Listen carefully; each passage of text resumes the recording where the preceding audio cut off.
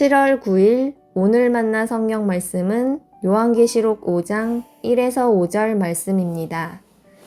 나는 또 그 보좌에 앉아 계신 분이 오른손에 두루마리 하나를 들고 계신 것을 보았습니다.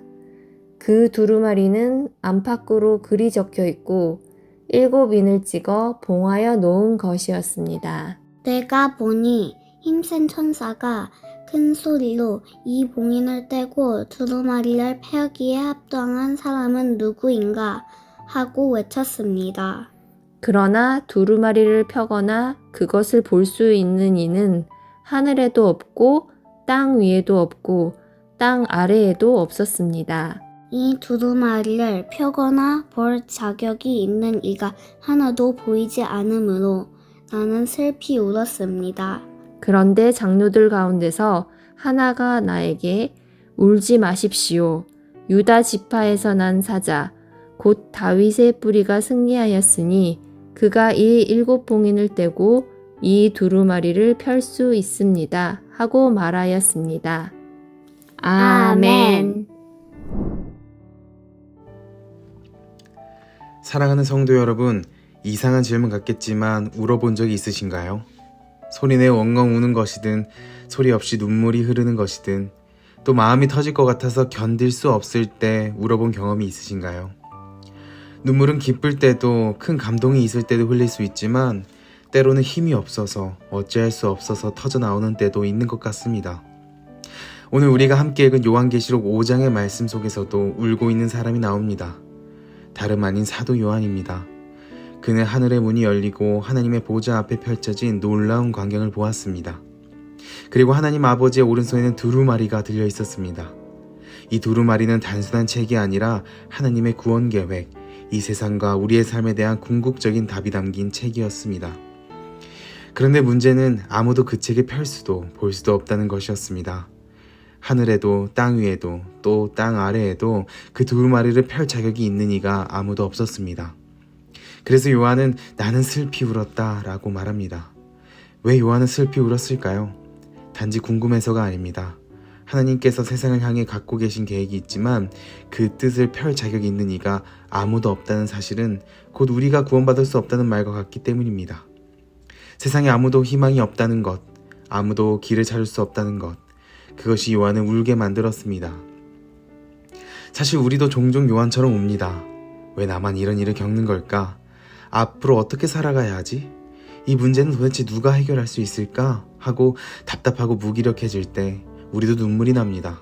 진로, 가족 문제, 외로움, 실패, 상처. 그 어떤 것도 내 힘으로는 어떻게 해볼 수 없다는 사실 앞에 우리는 울 수밖에 없습니다. 우리 삶의 두루마리도 요한이 본 것처럼 봉인된 채 그대로 멈춰있는 것처럼 느껴질 때가 많습니다. 그런데 그때 한 장로가 요한에게 다가와 이렇게 말합니다. 울지 마십시오. 유다 지파에서 난 사자 곧 다윗의 뿌리가 승리하였으니 그가 이 7봉인을 떼고 이 두루마리를 펼 수 있습니다. 누가 이겼다고요? 유다 지파의 사자 곧 예수 그리스도입니다. 아무도 펼 수 없던 두루마리를 펼 자격이 있는 분이 계시다는 사실이 선포됩니다. 더 놀라운 것은 그 이기신 분이 어떤 모습으로 나타나셨는가입니다. 사자처럼 멋지고 강한 모습으로 나타나신 것이 아니라 뒤이어 6절에서 보면 죽임을 당한 어린 양으로 서 계셨습니다. 십자가에서 피 흘려 죽으심으로 승리하신 분, 자기를 내어주심으로 하나님의 뜻을 이룬 분이 바로 이 어린 양 예수님이십니다. 사랑하는 여러분, 우리의 눈물은 의미 없는 감정이 아닙니다. 예수님은 요한의 눈물을 외면하지 않으셨습니다. 도리어 그 눈물 가운데에서 자신을 드러내셨습니다. 울지 마라. 이 말은 단순한 위로나 감정 억제가 아니라 우리의 눈물을 진짜로 멈추게 할 수 있는 분이 계시다는 선포입니다. 예수님은 우리가 열 수 없는 인생의 두루마리를 펼 수 있는 분이십니다. 우리가 감당할 수 없는 질문, 감히 마주하지 못한 상처, 혼자서는 풀 수 없는 미래, 이 모든 것의 해답은 예수님 안에 있습니다. 혹시 오늘 여러분도 어떤 이유로든 마음속에 울고 있으시다면 예수님께 그 마음을 가져오시길 바랍니다. 울지 마라. 주님은 지금도 말씀하십니다. 내가 이겼다. 내 눈물의 이유도 내가 안다. 그리고 내가 너를 위해 그 책을 펼 수 있다. 우리의 인생은 우리가 여는 것이 아니라 죽임당하신 어린 양 예수님이 여시는 것입니다. 그러니 이제 울고 있는 자리에서 일어나 예수님의 이름을 바라봅시다. 그분이 우리의 두루마리를 펼쳐주실 것입니다. 사랑하는 하나님, 오늘도 우리에게 말씀해 주셔서 감사합니다. 우리는 요한처럼 우리의 삶을 어떻게 펼쳐야 할지 몰라서 답답해하고 우리 힘으로는 열 수 없는 두루마리 앞에서 속으로 울고 있었는지도 모릅니다. 하지만 주님, 울지 마라, 어린 양이 이기셨다는 말씀을 통해 우리가 외면당한 존재가 아니며 예수님께서 이미 우리를 위해 이기셨음을 알게 해주셔서 감사합니다. 죽임당하신 어린 양 예수님, 우리의 인생도 아픔도 미래도 주님만이 펼칠 수 있음을 믿습니다. 그러니 우리의 눈물 속에 찾아오셔서 내가 이겼다 라고 말씀해 주시옵소서. 오늘 이 시간 우리도 요한처럼 주님의 음성을 듣고 다시 소망을 품게 하소서. 눈물로 얼룩진 인생이 아니라 예수님의 손에 맡겨진 인생으로 살아가게 하소서. 예수님의 이름으로 기도합니다. 아멘. 이제 두 가지 기도 제목을 놓고 함께 기도하길 원합니다. 첫째로 말씀을 기억하며 기도하길 원합니다. 오늘 말씀처럼 우리 인생은 스스로 펼 수 없는 두루마리와도 같습니다.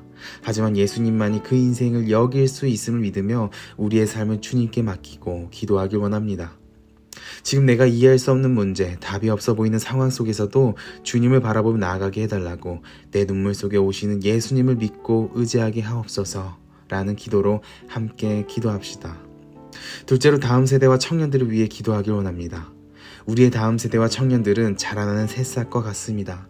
하지만 현실은 녹록지 않습니다. 학업과 비교, 외로움과 정체성의 혼란 속에서 몸과 마음에 깊은 상처를 입고 꽃 피우기를 포기한 이들도 있습니다. 이 시간 상처받아 주저앉은 이들을 주님이 일으켜 주시도록 그들의 마음을 다시 만져주시고 예수님 안에서 다시 피어날 수 있도록 해주시옵소서 라는 기도로 함께 기도합시다. 이제 이 두 가지 기도 제목을 가지고 기도하신 이후에 개인 기도로 이어나가시겠습니다.